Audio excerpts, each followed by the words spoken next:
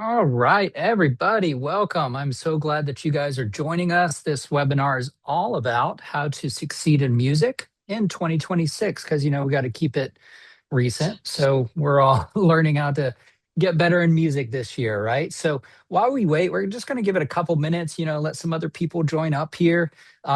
We do have a special, very special guest. We'll kind of do some introductions in a little bit, but while we wait, and you guys feel free in the chat to chime in. Let's just do some icebreaker questions. Christian, I got to ask, Mac or PC? What's, now that you left school and, we're all Mac. Are you still on Mac? Yeah, definitely still on Mac. All our computers here are Mac, so it's a must have.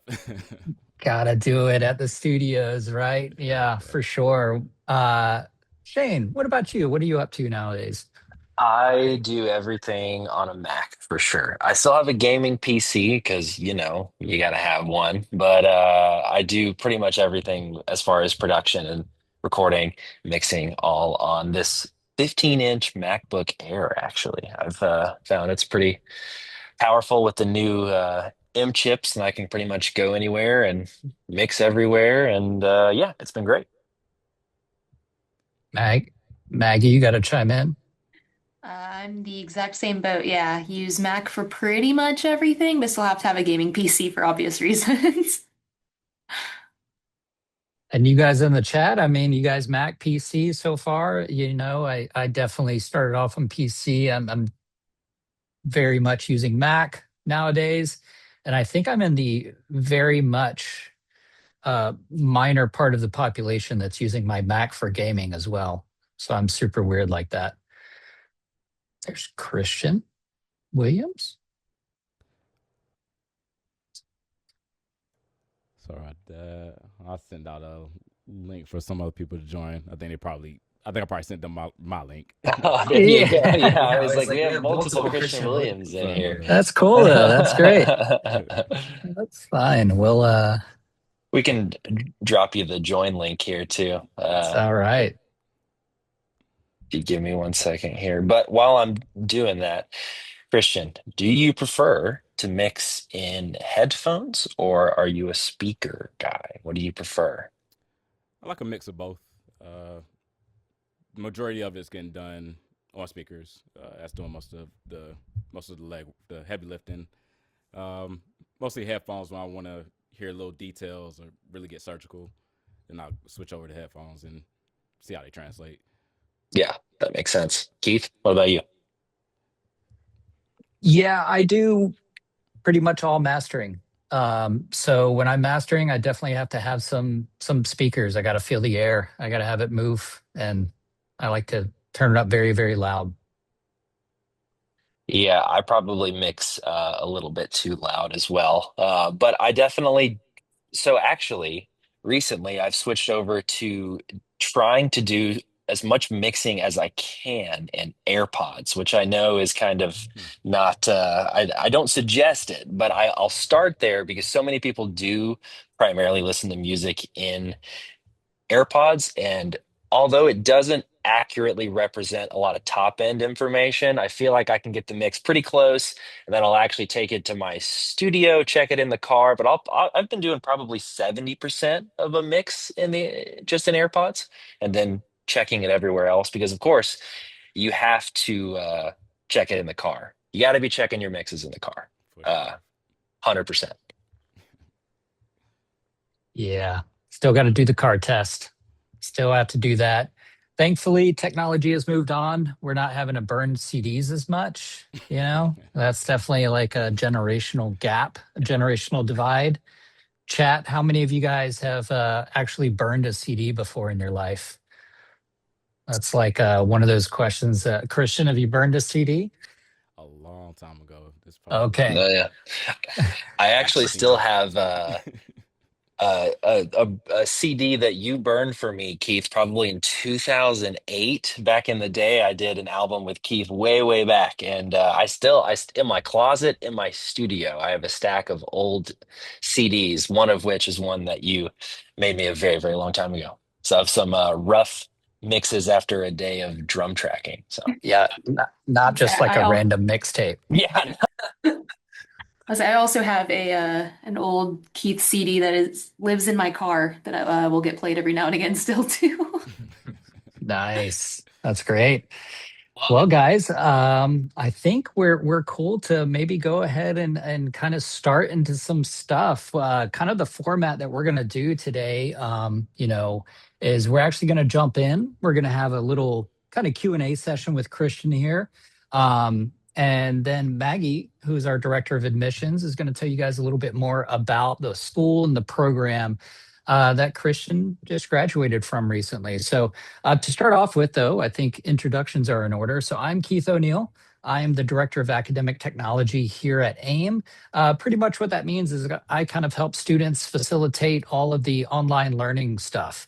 I'm also a mastering engineer at night. So I do teach the mastering class here, and that's kind of what I do professionally. Maggie, what about you? I am the director of admissions here at AIM. So basically, my job is to help assist all of y'all in getting enrolled and any assistance you might need along the way. Absolutely. And my name is Shane Driscoll. I am the Chief Operating Officer here at AIM. And basically, it's my job just to make sure that things happen and they happen on time. And tonight we are joined by Mr. Cristian Williams, who is not only an AIM alumni, but he is a Grammy winner. He's also the lead engineer at Bravo Ocean Studios. So thank you so much for joining us tonight. And I guess we'll just go ahead and jump right into it. So Yes, sir. you went to AIM and then you became, a Grammy-winning engineer. Can you kind of at a very high level kind of walk us through that entire journey of what it was like to go from an AIM student to then win a Grammy? Yeah.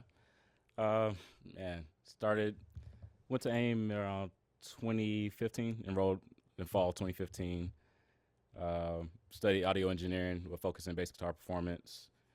Um, AIM pretty much gave me my foundation to really launch my career as far as learning signal flow, things of that nature. Um, After I graduated from AIM in 2018, I started interning here at Bravo Ocean.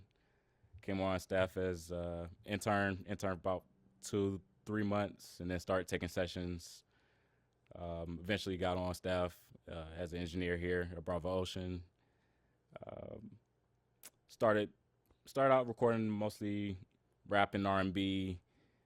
Then I started working with an artist named Jacqueline Carr, so we started doing lot more gospel music. Um, and through her, got a chance to work with Tasha Cobbs and Israel Houghton, Jonathan McReynolds, those artists. So when it came to do the record that we won a Grammy for called One Hallelujah, we did the whole song from scratch here, drums, bass, guitar, keys, choir, all six lead vocals, did them all here.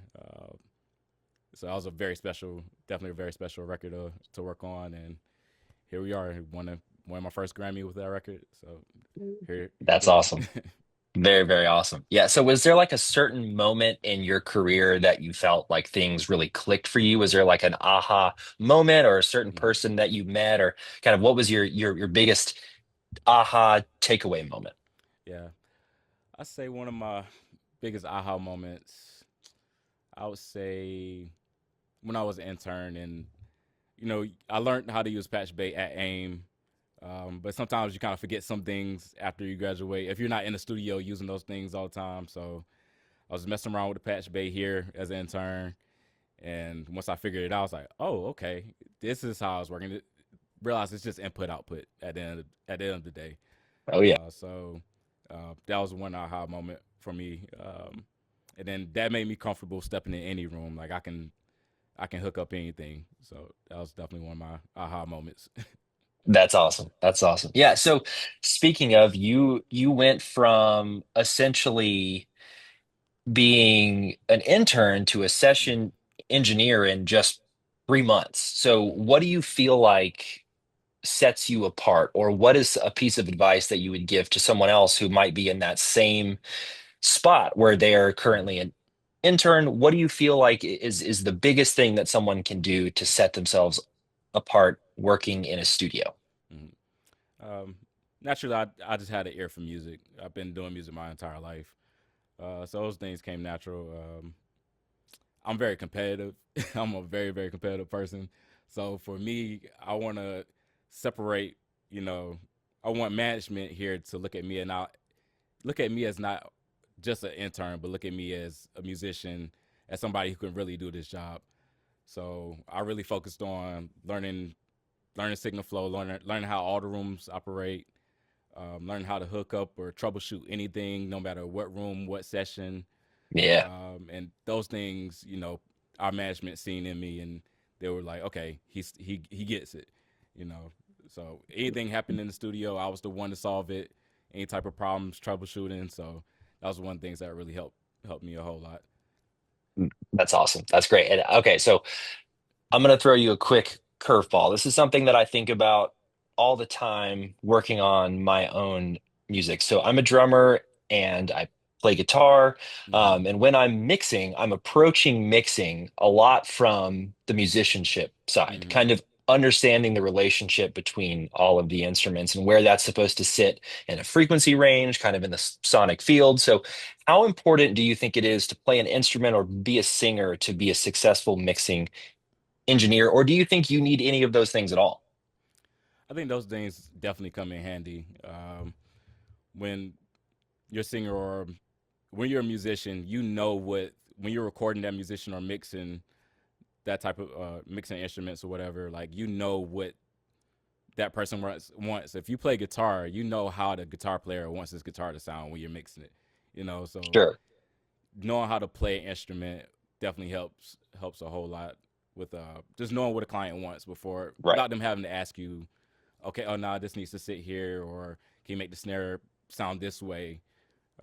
So playing the Yeah, instrument helps a whole lot. I think that makes sense for sure. Okay, so kind of walk me through what your day to day looked like as an intern versus what it looks like as the head guy. Kind of what's the main difference from what you were doing then versus what you're doing now? Hmm. More interning, really just taking care of the space, um, refilling our hospitality baskets, water, chips, snacks, stuff like that. Um, Cleaning the rooms, of course, make sure every room is reset after every session, um, and keeping a track of our calendar, taking payment, stuff like that. When I was interning, today, mostly just running most of our important sessions from ADR to ADR mixing, voiceover, all those things. Let's see. So yeah, today I'm really just doing more running the sessions, um, and I'm still also taking care of the space when I need to as well. Like, you Sure. never your internship kind of never ends. You're always a steward of the space where you work at. So that's Yeah, the way I look at it. that makes sense. That makes complete sense. Okay, so one of the biggest questions that I have for you tonight is for someone who is trying to break into the industry right now in Hmm. 2026, what do you think are kind of the top three skills that matter most? Yeah. Talking about for engineering specifically, or just in general. Well, let's start with engineering specifically, but if you Hmm. have any, insight just to kind of into the general music industry, that would be great. I say for engineering specifically, or I guess this kind of applies to anything. Knowing your craft goes uh, goes a far goes very, very far.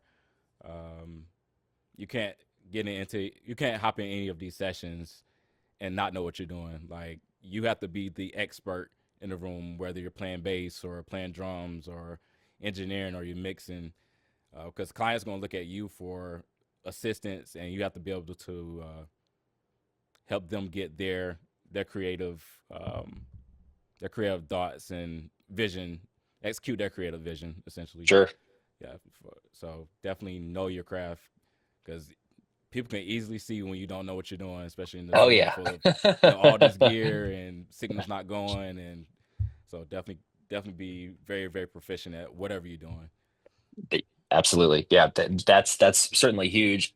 Especially, I feel like the client is more comfortable if you definitely know what's going on in the room, if you know your Absolutely. stuff and there's not a huge, technical difficulty where you can't get, signal to pass from your snare mic because you Right. forgot to turn on phantom power and you're sitting there forever trying to get everything to work. And that definitely kills kind of the creative flow of the whole Mm-hmm. session. So I think that's huge. So okay, so knowing your craft is huge.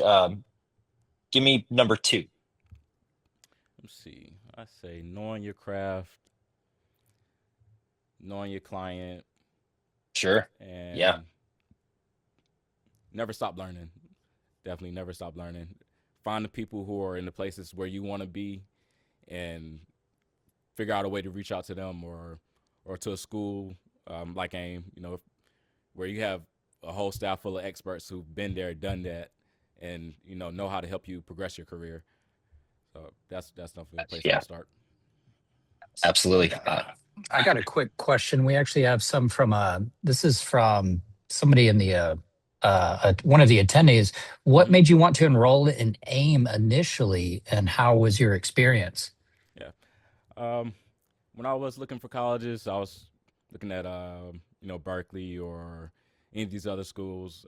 I'm from South Carolina. AIM was closest to home.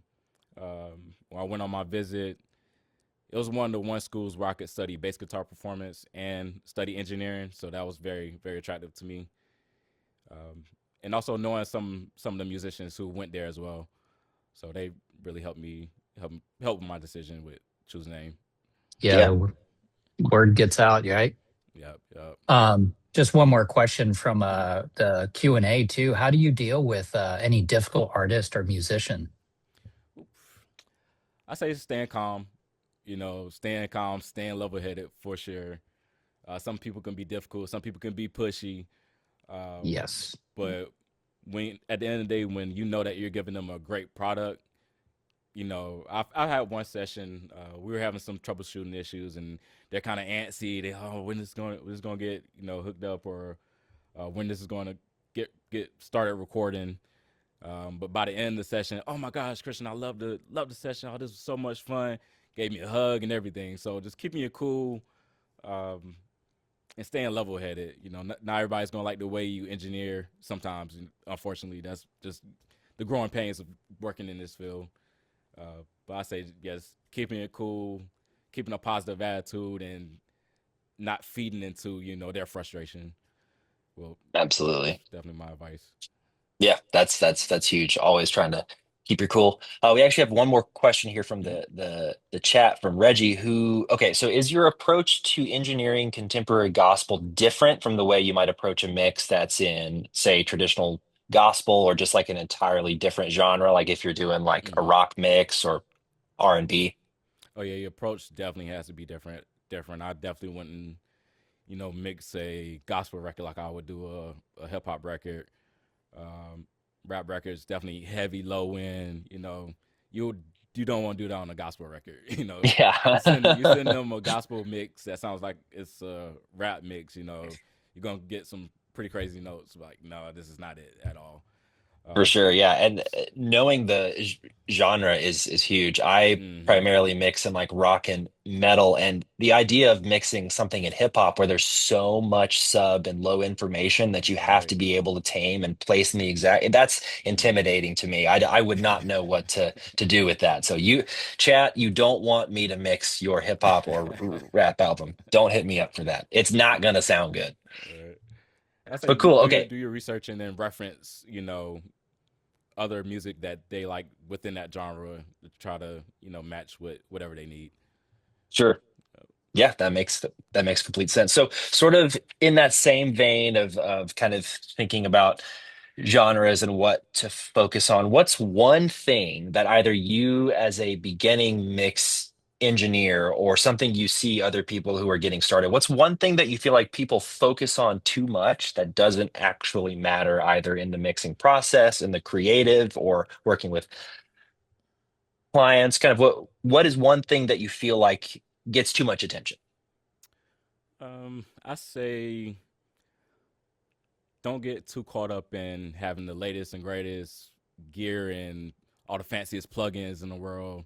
If you look at some of these sessions from some of these great artists, Beyonce or Jay Z or any of your favorite artists, and when you look at some of those sessions, a lot of times they're using some of the most basic plugins, the basic Waves plugins that we all have, Yeah. Pro Tools stock plugins. Like, you don't have to have, you know, every plugin in the world to make something sound great. It's all in the engineer knowing how to use the tools that you have to achieve the sound that you're looking for.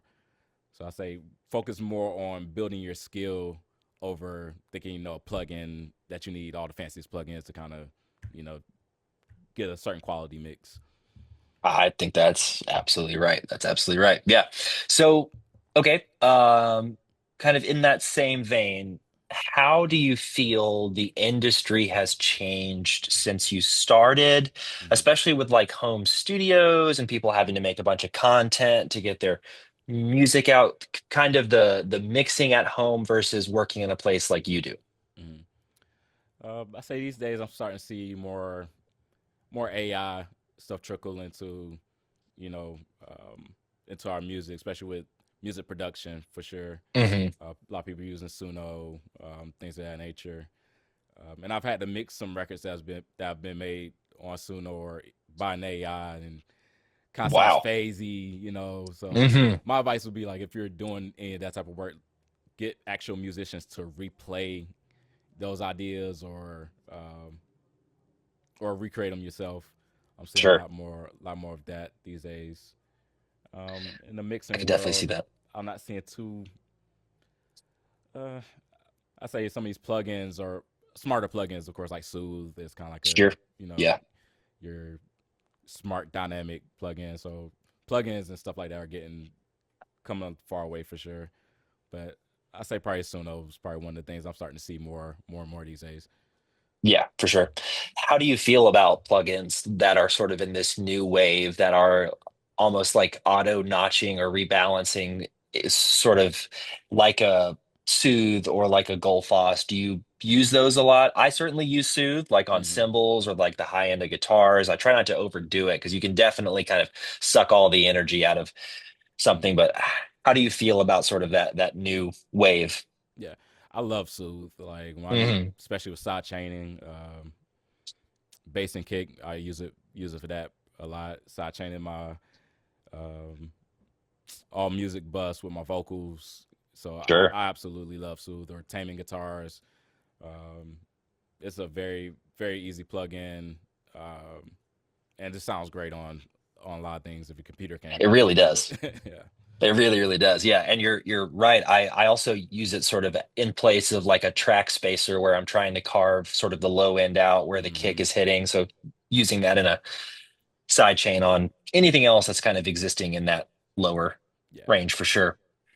So do you feel like in today's music industry that there are more opportunities, or is it just that there's a lot more competition and you yourself just have to be that much better to kind of cut through all the noise? Yeah.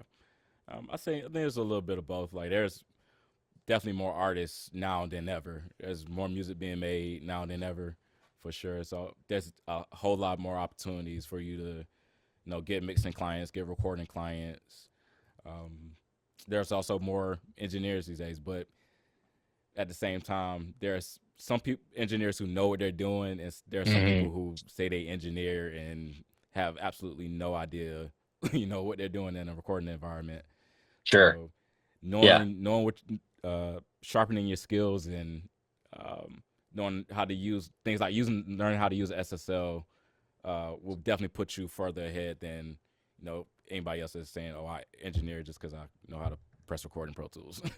Sure. Sure. I Sure. was gonna say, and just kind of to add to that, so yeah, that term engineering is kind of a super broad term, right? Oh, I'm an Hmm. engineer, but like, what does that entail? And like you've kind of mentioned where you've done mixing, you do tracking, ADR, different session work. So what is your kind of more focus, or is it just kind of like doing anything? It doesn't matter. Are you playing still, or are you Hmm. doing more ADR work now, or is it just kind of vary based on the seasons? I think I have a nice balance right now. I'm still playing bass every week, still touring and traveling with my band on weekends, and also Nice. playing at church on Sunday mornings. I'm still doing all of our ADR work and all of our VO work. Um, really focused on a lot on mixing, so I'm definitely doing a lot more mixing as well. I'm kind of just doing it all, Yeah, that's staying awesome. busy. I like that. I think a lot of people don't realize how many different sort of avenues there are to the Hmm. engineering or to audio. There's Right. I They, mean, they all you play you hand in hand kind of as stay well. busy. Yeah. Right. Yeah, exactly. Yeah. So I guess question from the panel or from the chat, do you ever sleep? No, I'm just joking. That was not in the chat. What is Um, that? but yeah, kind of you were talking a little bit about promotion and stuff, and kind of the music industry today. What do you think for you and what you've seen from artists is the best way to promote music in 2026? I say definitely posting on Instagram and all your socials as much as possible. Um, I say definitely doing that and really putting real money behind promoting your album. Like I hate seeing artists they'll spend $5,000 to $10,000 on a project, on recording it, mixing it, mastering it, and then And then release nobody it, and knows then about it. there's zero promotion behind it. It's like Yeah. just falls to the wayside. So definitely put some money behind actual promotion when it comes to your music after you release it. Probably more of the budget actually goes towards promoting than it does Exactly. to recording. In a real world sort of scenario Right. project, much, much more of the budget goes Much towards the more. promotion. Yeah.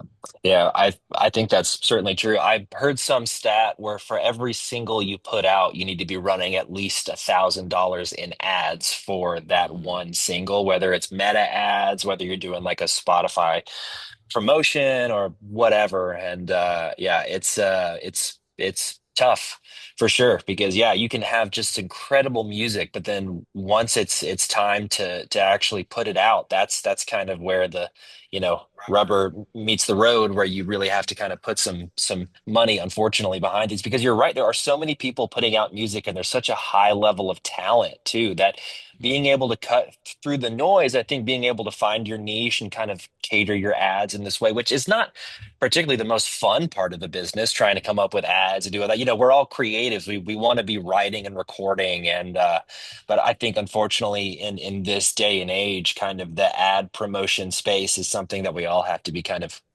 aware of, especially if you are an Hmm. artist trying to put things out. Absolutely. Yeah, and just to kind of add to that, kind of what another chat was about how AI will, change the music quality and the industry, kind of what you were talking about. But I think that's where we can use it is for the marketing and the promotional side of stuff. Like Shane was saying, how we're creative individuals and sitting down, writing an ad, creating all that stuff, and that's where you guys can actually utilize the AI for promoting your music. That's so, in my opinion, I think you can use AI for music. Yeah, if Absolutely. you're using it as like a very high powered Google, not writing your songs, but helping you figure out a way to promote it, that's a much more palatable way for me, at least, to be able to, like, if you're asking, GPT, like, help me find these type of playlists and find the contact information for people that, run Spotify playlisting, because that's also a big thing, is trying to get on playlists and then getting your weekly numbers up. All the really just stuff that is so exciting is trying, uh, not being sarcastic at all. But anyway, okay, so back to you. So if you were starting over today, what do you think you would focus on first? If I was starting over today, finding the people who's doing the things who's working in the industry or working in the field that I want to pursue. So I would definitely would start there. Find a mentor. Um, AIM was a great outlet for resource for me for sure. When I knew nothing about engineering when I first went to AIM. Like when I initially went to AIM, I was going to go for just bass guitar performance. My mom, she convinced me to do bass and engineering. That way, I had an extra skill. Uh, Went there and just fell in love with the engineering side of it. So, um, having all the experts like Scott, Keith, yourself, and people who could give, give real world advice on how this industry works, how to use the tools to be successful in this industry. So definitely would start there. Yeah, I think that's great. I myself did the drum program, I guess, about a decade ago, if I can do math correctly right now. But I definitely felt a similar way where all of the teachers here are still very much working in the industry. There's not the Mm-hmm. like professorial type that used to do music 30 years back and now they just teach. So, they're still teaching you curriculum, but they are also teaching you kind of firsthand experience of what it's like to be on tour, to work with people in an actual session and kind of real life advice. So I thought that was kind of a good touch. And it's a cool place too because you are able to kind of get exposed to both the performance side and also the engineering, and then you realize how much those two things are actually married way more than you think, and kind of having a deep understanding of both just reinforces the other skill set for sure. So if you were to tell someone who wants to become an engineer or producer and they don't know where to start, do you think school is kind of a good place to start, or is there even before that, is there a building block that someone should have, like things to practice? Mm-hmm.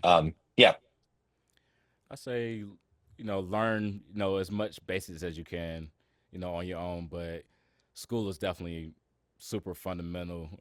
You can watch YouTube all day, but you can't ask YouTube a question sure, about, about advice on your music, or how does this sound, or how can I achieve a higher quality sound, or what are my options are when it comes to mixing. So going to school definitely gives you a structured way of learning. And it's an efficient way of learning, compared to trying to watch YouTube videos all day. And sometimes you could come across a video and not know what they're talking about in that video because you don't understand the fundamentals sure. of signal flow, or Yeah, you music don't know what a theory or bus is. anything. Right, Sure. right. Yeah. So coming to school, you're able to learn from scratch, um, and build from there. So school definitely the way to go for sure.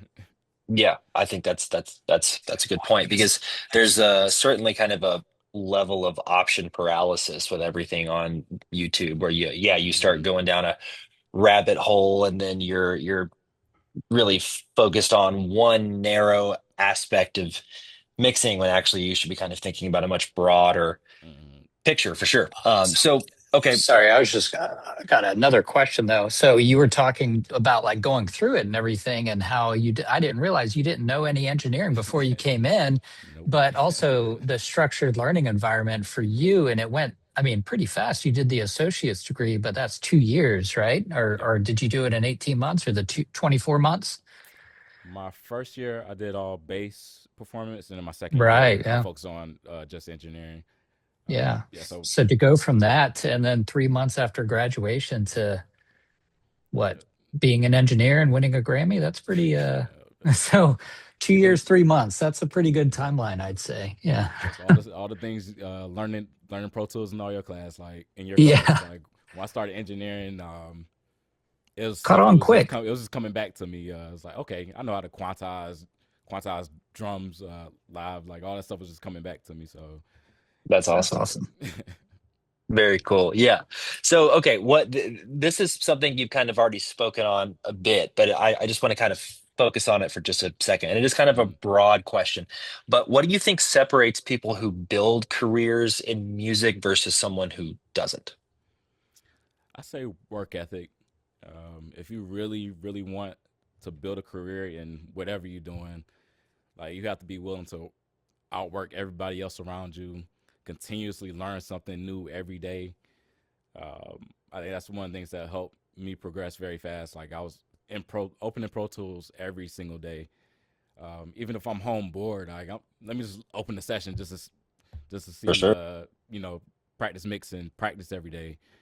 Um, and really just sharpening your craft every single day, or every chance you get.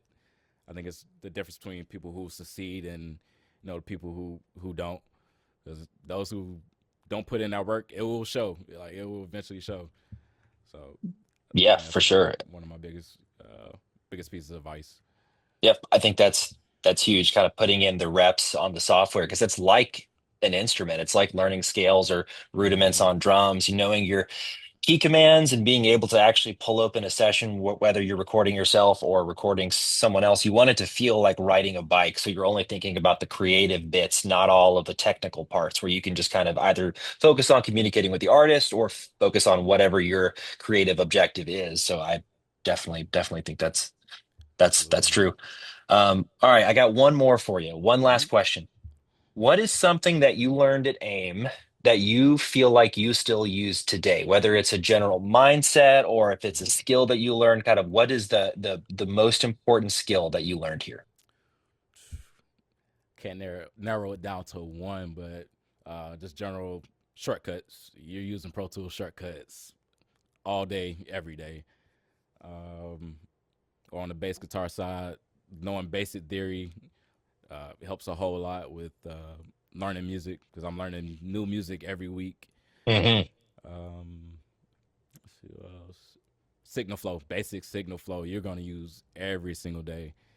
Um, I'm not the only engineer in these rooms, so we might have a voiceover session before my session, and the patch might be different. So learning how to use a patch bay, I have to know. Okay, I have to know how to reset it. Or a client might bring their own engineer and they unhook something or patch something super weird, or they might have some production session, whatever else going on. So learning basic signal flow is one of the things I use every single day, Oh yeah. whether and that's in the studio and on my gigs. So it translates to everything. Yeah, I think you're absolutely right. And I'm going to add one more thing kind of in the same vein of signal flow is gain staging. Understand gain staging. Understand Absolutely. what your preamp is doing. Understand clip gain, understand volume, all the difference in all of those things. It's going to play a huge role in how not only what you're recording is being brought into your software, but how your plugins are interacting with all of that information too. So definitely having a good grasp on signal flow, gain staging, all that stuff is huge. And we got Yes, some sir. questions here in the chat. What type of mixes do you feel like are the most difficult for you?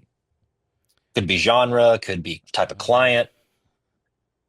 I say anything that has any mix with a ton of tracks. I think Hmm, that's just gonna be difficult just off rep because you have to make all those sounds play nice with each other and find a pocket sure. for everything to sit. A hip hop record where it's just one vocal, some ad libs. I might have a 2-track beat. That's gonna be a lot easier to mix compared to, I might one of my bigger gospel sessions. It has a whole choir vocals, got Hmm. full orchestra strings, live drums, along with the lead vocal backgrounds that lead vocal also is doing. So I say anything that has just a lot more tracks is going to be, naturally, it's going to take a little more time to mix Sure. than, anything else that's, has fewer tracks.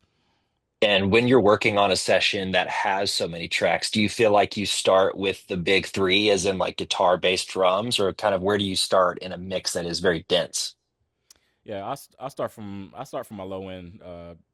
Usually start mixing my drums, and now drums, bass, and now just build everything else around that Sure. vocal. Make sure my vocal is sitting where I want it, and then just building everything else around those things. Because of Yeah, course your that vocal is makes, always the most important thing. So I'm making sure that sits well and plays along with all the other sounds. yeah, I think that's great. All right, we have another question from the chat. How did you deal with work life and school life balance? Man, that was college for me was crazy. Like I was working. I also was in the army as well, so I was a soldier in school, working security, and being in the army. That's a Just lot. time management, proper time management was vital to me getting through college. Um, that that helped me stay on top of everything, building a kind of like a training schedule, work schedule. I'm gonna make sure I study during these hours of the day. I'm gonna work during these hours of the day, and just staying consistent with that is what really helped me get through college. But yeah, looking back at it, I really don't know how I got through, managing all those things. But yeah, I did it. We did it. That's awesome. That's awesome. Well, I think we got a few more minutes here. any other questions we got there, Keith, that I'm missing? Just somebody was asking how you go about maybe mixing something that isn't good or you don't like. Eh, every song that you're gonna get, you're not gonna like. You're going being a mixing engineer or recording engineer. I record thousands of songs at this point. You're not gonna like every single thing that you work on. Um, but I always make it a point to try to make that mix or that recording session, making it sound as best as I possibly can, and making sure the client is happy with it. Because that's what really matters at the end of the day. Exactly. Making sure the client is happy with what they're receiving. It's a customer service industry. Really at Yeah, the end of the day, it's more than just pressing buttons and making stuff sound good and operating in Pro Tools. Like I'm providing a service for somebody, so I always approach it with me trying to help them execute their vision. exactly. Yeah. I think a lot of people kind of have that misconception about like engineering and stuff and mixing. Mm-hmm. And sometimes you don't get a lot of creative freedom, just Right, because you're right, working on music, but you're working on somebody else's music, right. so it's not really your call or your say. You can have some Mm-hmm. input and insight, but in the end of the day, it's their song, it's their Mm-hmm. track. So um Especially when you're going starting out back, engineering, like when you're yeah, starting out engineering, you're not going to be recording the top artists. Like where I'm at now, like I'm not recording, John Legend and Kalani or Coco Jones. I'm not recording them, Chloe and Halle. I'm not recording them every day, So yeah, you know, yeah. You gotta kind of be able to control the room but know your place as well, right, where you're right. where you're at and stuff. So speaking of starting off, do you have any kind of starting gear recommendations, if like somebody wants to go to Sweetwater or Vintage King, Mm. spend a couple $100, get a little piece of candy from their Sweetwater rep that'll call them every month. uh what kind of recommendations you got? I say get a great computer just to start off for sure. And these M1 computers are pretty phenomenal, pretty fast. Yeah, If you yeah. if you have the bag for it, and on the lower budget end, can't go wrong with Focusrite. Yep. I still Scarlet even 2i have 2, right? 2i2. Like, I still even have mine that I use every once in a blue moon. Yeah. Uh, so I say start with those two. Um, I have a Starter mic slide. then. I have a starter mic. I have the Slate M1 mic. Yeah, So okay. I have one of those. That was my starter mic. Or see, You or can any of the pretty much M1 do everything mics. with Yeah, that. right. Yeah. It's pretty versatile. Voiceover, vocals, whatever you want. Yeah, that's Right. awesome. Well, yeah, I think this is maybe a good point where you were kind of talking about, and Shane mentioned the gain staging. You got to know your gain staging and you got to know signal flow. Signal flow, Mm-hmm. of course, is super important. And I definitely feel like there's probably some people in attendance right now that don't know what signal flow is, don't know what gain staging is, and, stuff like that. And that's kind of what we're here for, as an institution, as a school. So I think maybe this is a good time for Maggie to maybe tell us a little bit about AIM and just kind of what the programs we have available, Maggie, and just kind of the different stuff that we have to offer. And then we'll bring Christian back in maybe at the beginning just for like a final goodbye, or at the end, I mean, just for like a final goodbye. All right. Sounds good to me. Cool. Absolutely. Let me 1 second to share my screen real quick so that we can all get an idea of what we're looking at. So again, my name is Maggie Bass. I am the Director of Admissions here at AIMM. So if any of what you've seen makes you kind of want to get started, you don't really know where to start, that is exactly what I am here for. So any information about the programs, how to even get started, all of that, it's exactly what I am here for. So a little bit about us. We were originally founded in 1985, so we just hit our 40-year mark last year. We are accredited by the Council on Occupational Education. Basically, what that means is we focus a lot on getting you in the field. If you don't want to just do this as a hobby, but you want to do this as a career, it's exactly what we focus on. We are also an approved veterans training facility. So if you are a veteran or if you're currently serving, that's absolutely something we can help you with. We are also a certified avid learning partner. Basically means you can also receive your Pro Tools certification here. So a really great thing to have on your resume. Really make sure you know exactly what it is you're doing before you walk into a studio. Welcome to our analog recording school. Tour of our campus. ASP 8020.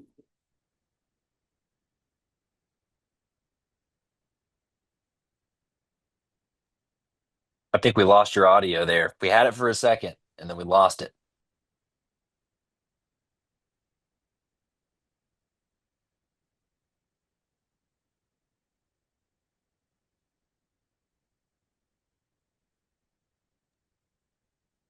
Hey, Maggie, can you hear us?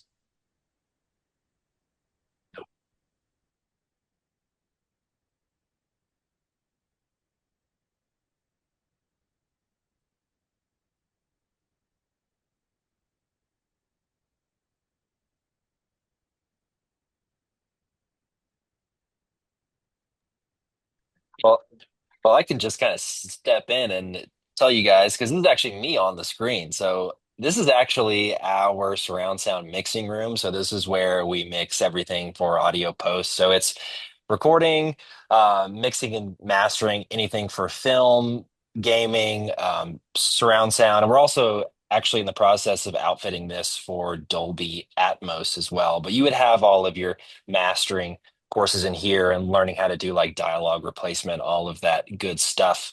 And that was actually something I didn't know much about before getting into the production side of things, is how much work actually goes into the audio post-production side of music. So having to actually replace a lot of dialogue in film. So there are actually tons of film, entire franchises where all the dialogue is just 100% replaced after they've wrapped filming. So they'll actually go into a studio, watch themselves speak on the screen and re-record all of their spoken parts. So there's an entire industry that goes into just actually working on the sound for dialogue in film.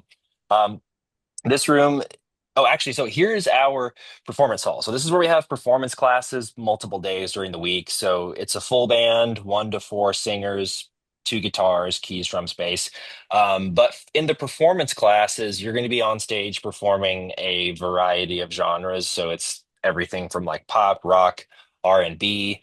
But we want to make sure that you're exposed to essentially performing all different types of genres kind of on stage, but also learning how to do front of house. So you'll actually be in your live sound classes in the back of the room, running front of house, having to manage the monitor mixes for all of the performers. And also some singers and drummers prefer to have their own mixes inside of their ears as well. So you're having to manage all of that. So you're essentially learning the entire run of show, both being on stage and also being back at the board. So this is the board. It's a Behringer wing, pretty much industry standard as far as techniques that you would learn for front of house. And for those of you that don't know, working in front of house is actually a huge part of the music industry. Because I mean, if you're thinking about churches, they're putting on huge shows pretty much every week. All bands that are on tours, if you're going to see, the circus, there's someone who is there who is actually running front of house constantly. And it's essentially taking all the same techniques that you would learn kind of working inside the box, whether it's compression, EQ, stereo width, but you're having to apply all of that to a very, very large room where there's crowd noise. And it's definitely a different mixing environment, but it's following kind of all of the same All right, principles so as hopefully that well. gave you all a pretty decent idea of the type of facilities that we have here. I always encourage actually coming for a tour, 'cause being able to kind of see everything in person, um, definitely feels a little bit different than just kind of like viewing it through a screen. Gives you a better idea of what exactly it is you'd be working with while you're a student here. When it comes to being a student, what exactly, should you go into? Well, we have a couple different options. Firstly, we have associate's degrees. So those are 2-year programs taken full time. There is also a part-time or 3/4 time option. If you're not able to take on like a full credit course load every quarter, that's a-okay. We have options for that as well. It just takes a little bit longer to complete the program, so about 2.5 years. Either way, you'd be looking at like an average of 3 days on campus each week for your classes. We always try to make sure people have enough, time outside of class to have jobs or families or lives outside of here. So that's super important to us as well. Now it comes to those degrees. The first one that we have is the Music Production and Audio for Media degree. So that program is available completely in person, completely online, or a little bit of mix of both. So no matter what your like situation is, if you're local, if you're not, there's different options depending on, what is exactly you're wanting to do. Now, this program in particular focuses on recording, engineering, mixing, mastering, all of that good stuff, as well as courses for higher level mastering classes, so exactly what Keith teaches, and then courses for audio for other forms of media. So like TV and film sound or video game sound, live sound, things like that, to give you more career options afterwards that aren't just music production. Kind of lets you branch out a little bit, have some different, skill sets that you can use later in life. We also have our degree in music technology. Now, that is a program that combines performance with production. So exactly what Christian was talking about. So that program is available completely in person, and you're able to focus on either guitar, bass, keys, drums, or vocals. It basically kind of mixes those performance classes that involves performing both on stage and in studio, because how you do it in one's going to be a lot different than how you do it in the other, as well as actual audio engineering. So if you're a singer-songwriter, for instance, or if you're someone who's wanting to record your own music, this is very much definitely a great path for that. Now, in addition to our associate's degrees, we also offer certificate programs. So these are a little bit shorter, a little bit focused. So if you're not wanting to get a whole nother degree, definitely recommend getting signing up for a certificate program. Word's really hard today. Now these programs are 9-month programs if taken full time. Or if you wanted to do it part-time, be looking at closer to a year and a half, 2 years. Again, either way, looking at about 3 days of classes each week. Now, the certificates that we offer, we have a performance certificate. So that is just focusing on performance. If you're, a guitarist, for instance, and you're wanting to really hone your craft, that'd be a great option. If you're not really as interested in the studio side of or the recording side of things, just really wanting to hone your instrument skills, focuses on, again, on stage, off stage performance, as well as getting your theory down, different styles, different techniques, things like that. And that program is available on campus only. We also have a music production certificate. If you're kind of on the fence and not really sure what you're wanting to do production-wise, I usually recommend starting with this program. It's available in person, online, or hybrid, and all of those credits transfer into the music production degree program. So I always let people know it's like you want to start, see how you feel at the end of that 9 months, and then keep going. A-OK is totally an option for you. We do also have an online-only certificate that is a music and technology certificate. So just like the music and technology degree, but a lot more condensed. So this is great for folks who are wanting to, perform and write their own music, but who may not be local and aren't really looking for a 2-year commitment. That's a great option for folks like you, absolutely. So what exactly do you need to do to get started? Well, step one, always gotta just submit the application. It's super simple. We try to make everything as easy as possible. It's a fully online process. If you go on our website, so aim.edu, top right-hand corner is going to be the link to apply. It's really just like all your personal information, things like that. Just get that all filled out. Once you get that submitted, it'll then give you an application portal. Now that's the thing you can log into and then kind of see what exactly you're missing for your next steps.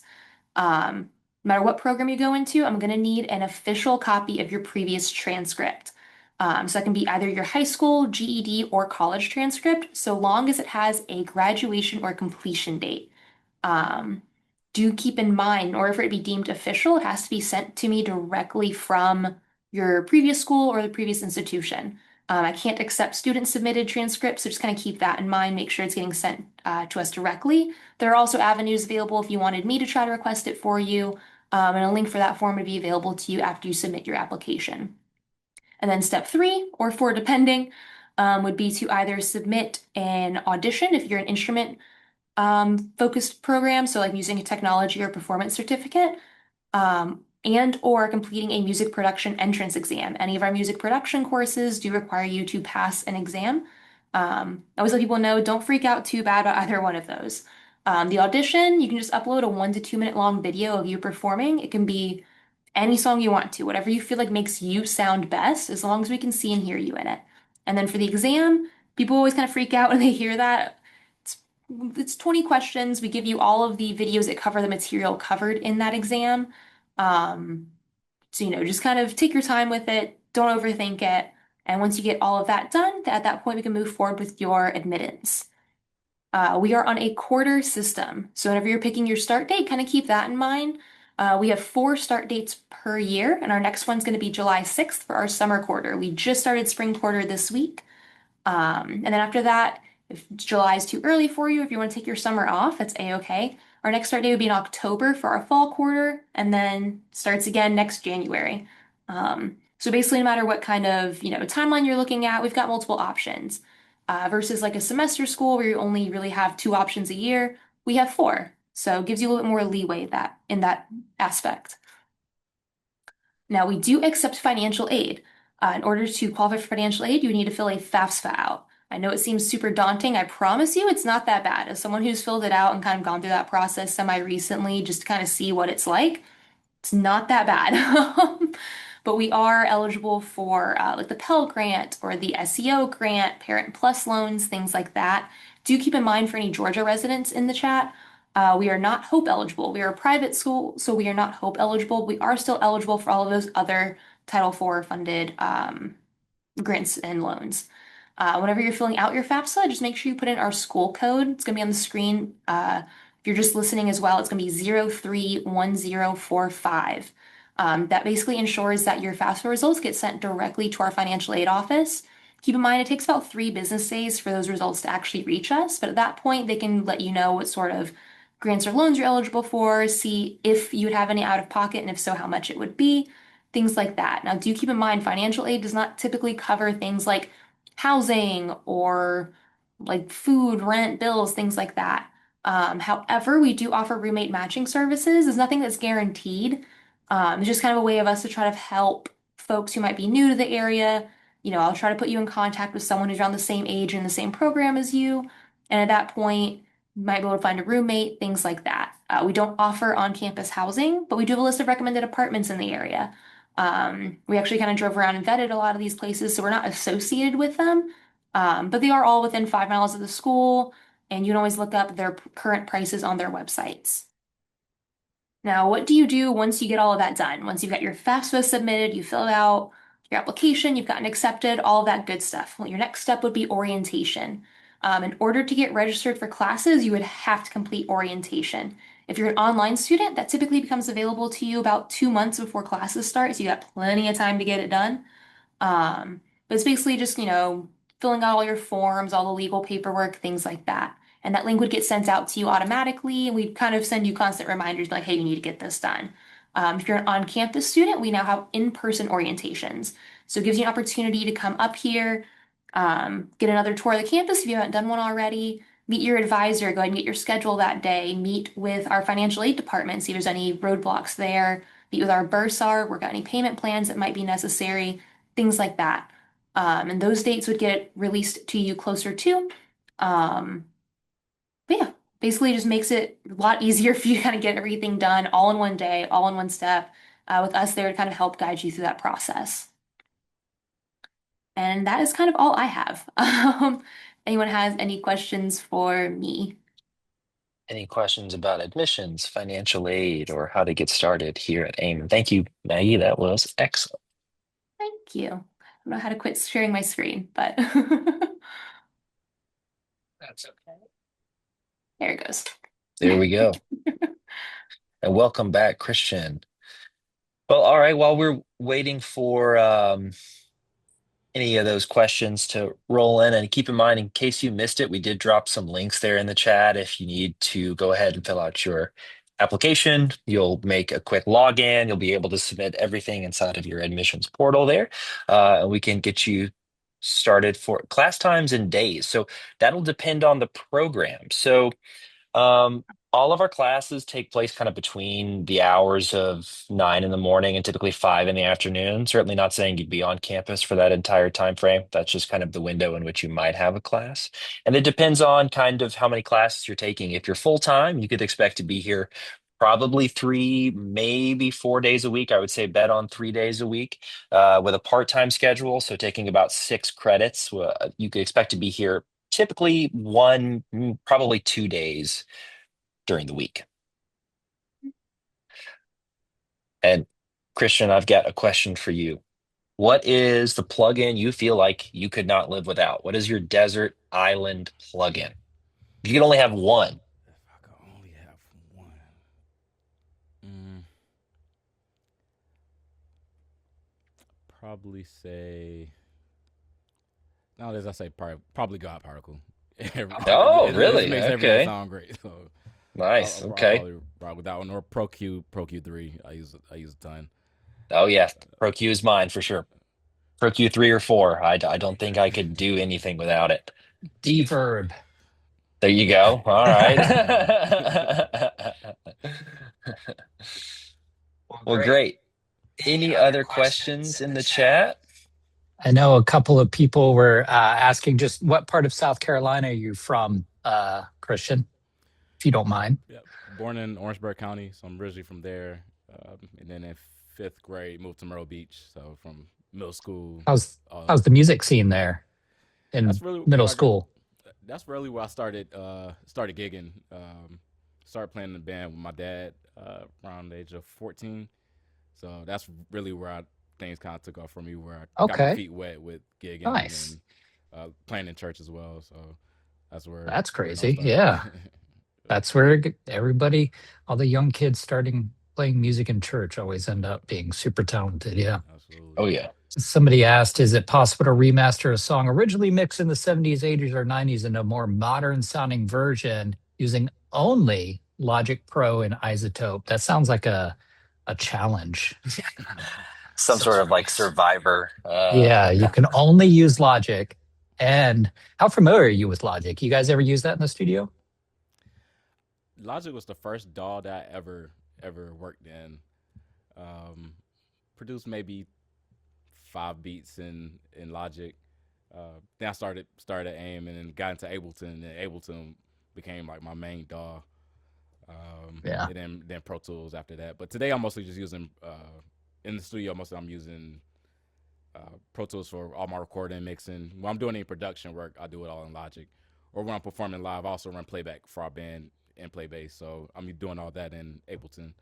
Jeez, yeah. So Okay. those are my two main That's go-tos. crazy. That's awesome. Well, guys, I think that's about it. It's right at 8 o'clock Eastern time, at least for us. I want to thank all of you guys. Hopefully you learned a little bit, at least, to further your music career in 2026. You're hearing it right here from one of our fantastic alumni. So hopefully you guys maybe come by. We're going to have our next event later on this month, actually, April 30th. Christian, if you want to come out, if you're available, we're going to have Universal Audio here. Okay. I know you like some UAD plugins, so Absolutely. they'll be here, as well as some of our teachers. Of course, Shane, Maggie, and I will be here. Christian might. And then we're actually going to kind of go about like mixing and working with like universal audio design stuff, right? Doing some tracking, doing some mixing stuff with that. So that should be really cool. It should be fun. You guys can, of course, register for that if you want on our site. And you can also, of course, come up and if you wanted to book a tour or anything with Maggie. Christian, any last parting words of wisdom? Hey, I appreciate you guys having me. First of all, anybody who wants to do this, definitely AIMM is definitely a absolutely phenomenal resource to use if you want to grow in this career. Whether anything you're doing in music, they have all the experts to help you put you on the right path for sure. So definitely Awesome. appreciate you guys having me. Yeah, thank you. Thank you. Thank you for Thank you Thank you so coming so on. much. It's much. been great. Everyone have a good evening. Thank you so much.